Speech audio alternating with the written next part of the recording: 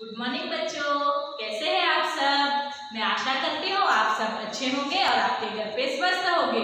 मेरा नाम श्रुति पटेल है और मैं कैपिटल मॉडर्न स्कूल की अध्यापिका हूँ। बच्चों, आज हम 5वीं कक्षा में पर्यावरण विषय का तीसरा पाठ पढ़ेंगे। तो तीसरे पाठ का नाम क्या है? बीज की विकास यात्रा।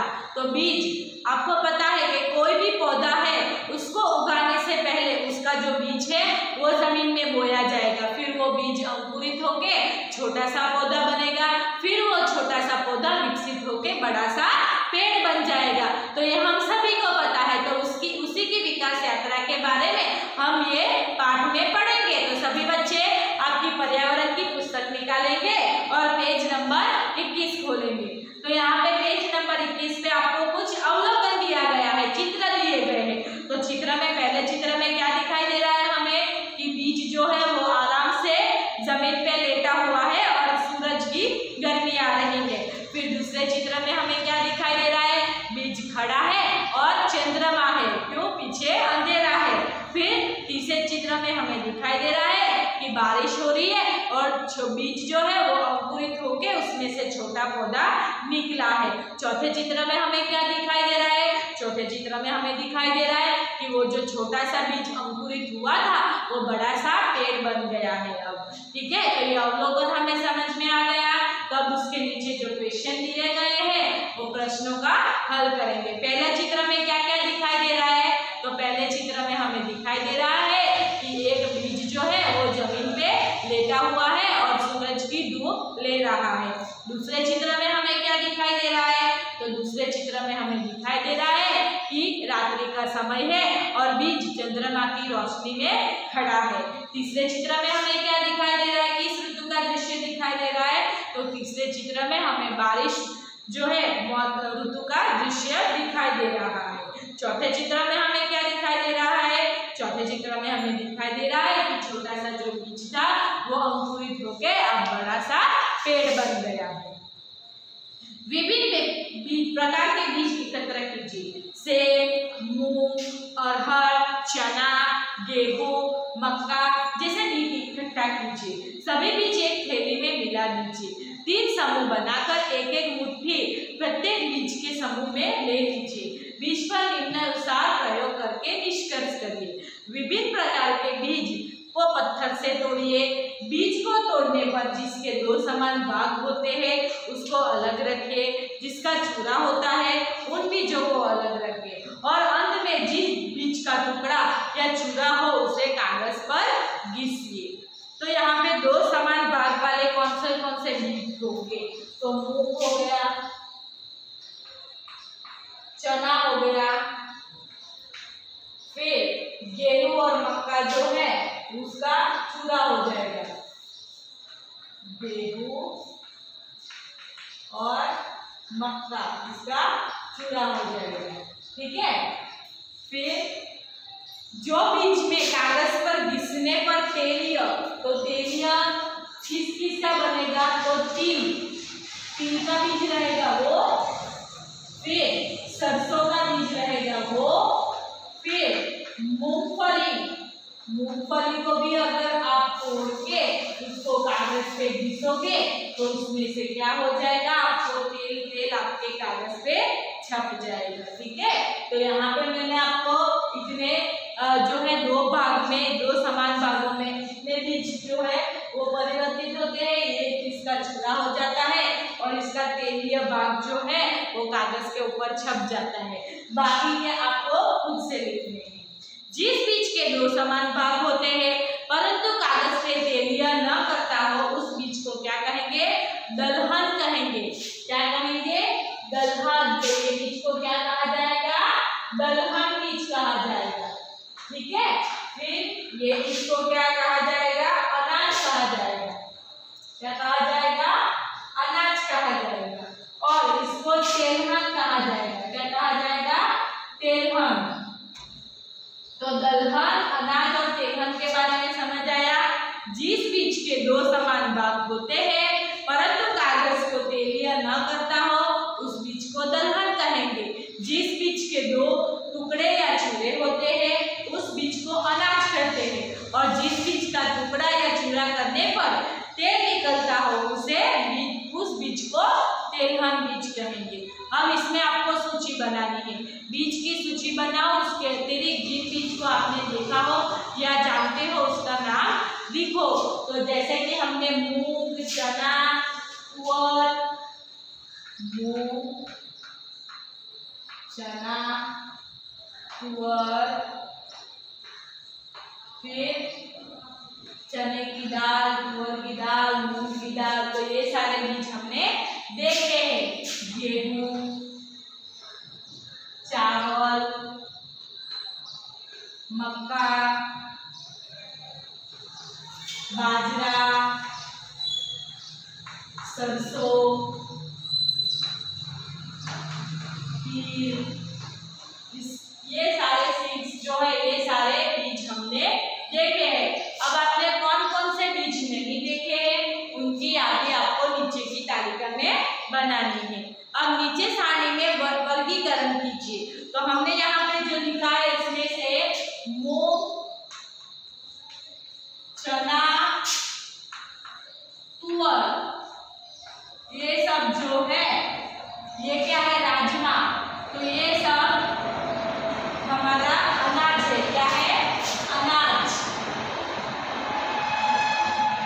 फिर दलहन क्या है, सॉरी ये हमारा दलहन है, ये हमारा दलहन है।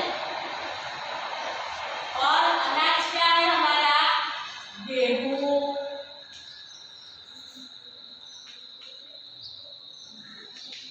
चावल, मक्का,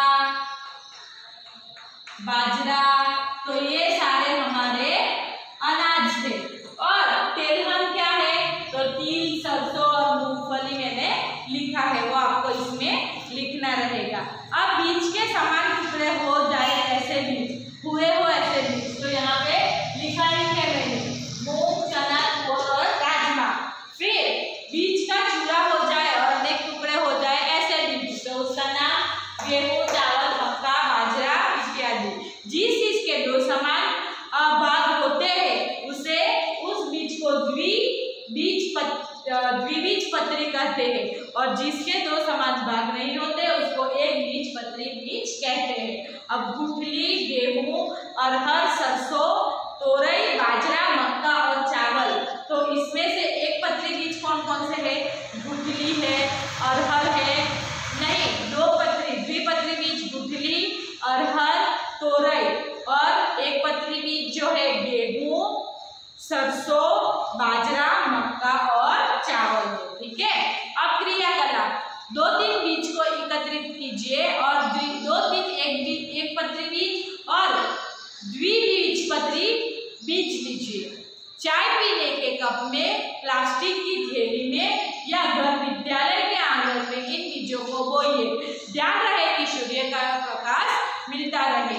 इन्हें समय समय पर पानी देते रहिए। उनका प्रतिदिन अवलोकन कीजिए। कौन कौन से बीज सबसे पहले अंकुरित होते हैं उसके नाम लिखिए। तो जो एक पत्री बीज होते हैं जैसे चावल, वो सबसे पहले अंकुरित हो जाता है।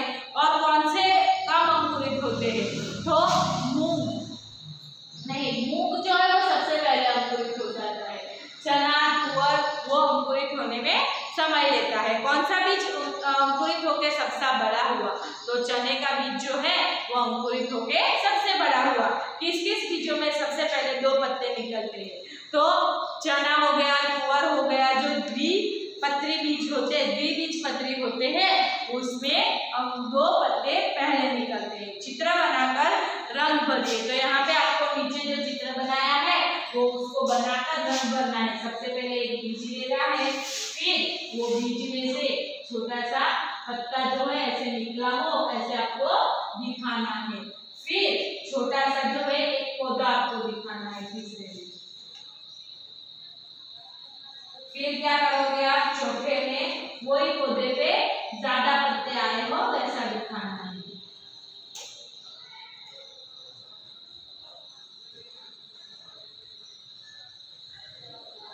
फिर वो पत्ता और वो जो है पौधा बड़ा हो रहा हो वैसा आपको दिखाना है। ठीक है। तो आपको ये क्या करना है, आपको आपकी पुस्तक में भी ये बीज अंकुरन का जो विकास यात्रा है उसको बनाना है और इसमें कलर भी भरना है। ठीक है बच्चों, समझ आ गया आपको। अब अवलोकन करना है और चर्चा करना है। तो अवलोकन में देखो, छोटा सा बीज है वो अंकुरित हुआ और पौधा बना। अब लौकी की लता पर आम का फल लगे तो लौकी की लता पर अगर आम का फल लगेगा तो आम जो है वो खराब हो जाएंगे। क्यों? क्योंकि लौकी की जो चमड़ी होती है वो मोटी होती है, आम की चमड़ी जो है वो पतली होती है। तो भारीपन की वजह से आम नीचे गिर जाएगा और फट के खराब हो जाएगा। दुनिया में बीज ना हो तो, अगर दुनिया में बीज नहीं होंगे तो पेड़ कैसे उगेंगे? पेड़ पौधे नहीं होंगे तो पशु पक्षी और मानव अपना भोजन कैसे करेंगे? ठीक है। अब क्रियाकलाप, कागज के टुकड़े में गेहूं और कपास के बीज को एक साथ बांध दीजिए। बड़े गमले का या क्यारी में इन दोनों की बुआई कीजिए। 10 दिनों तक उनका अवलोकन करते रहिए। तो ये क्रियाकलाप आपको घर पे करना रहेगा। ठीक है बच्चों, आपको क्या करना है, एक छोटा सा कागज का टुकड़ा लेना है, उसमें गेहूं और कपास के बीज डालने हैं और फिर उनकी बुआई कर देनी है और 10 दिनों तक उनका अवलोकन करते रहना है। ठीक है। तो यहाँ पे हमारा ये जो तीसरा पाठ है वो पूरा होता है। इसमें हमने क्या क्या पढ़ा, एक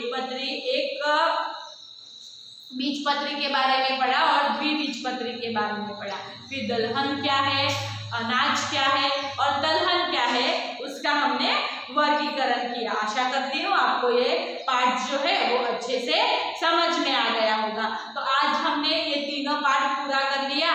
उसी के बारे में यहाँ पे आपको किसने क्या सीखा, कितना सीखा वो बताया गया है, तो वो हम देखेंगे। अपने विद्यालय के बगीचे की देखरेख के लिए आप क्या करोगे? तो बगीचे की देखरेख के लिए समय समय पर उसे पानी देंगे, फिर कोई उसे तोड़ ना दे, नुकसान ना पहुंचाए, उसका ध्यान रखेंगे। फिर क्या करेंगे? ज्यादा से ज्यादा पौधे उगाएंगे। ठीक है। क्रियाकलाप, वर्गखंड में पानी से भरी बाल्टी लाइए, पानी का अवलोकन कीजिए। अब वर्गखंड के सभी विद्यार्थी को बाल्टी में हाथ धोए, पानी का पुनः अवलोकन कीजिए। आपको एक बाल्टी लानी है क्लासरूम में, पहले पानी का अवलोकन करेंगे तो पानी आपको कैसा दिखेगा? साफ दिखेगा। फिर इसमें सभी बच्चे अगर हाथ धोएंगे तो पानी क्या हो जाएगा? गंदा हो जाएगा। तो बाल्टी में पानी पहले कैसा था? तो बाल्टी में पहले पानी साफ था। हाथ धोने के बाद पानी कैसा हो गया?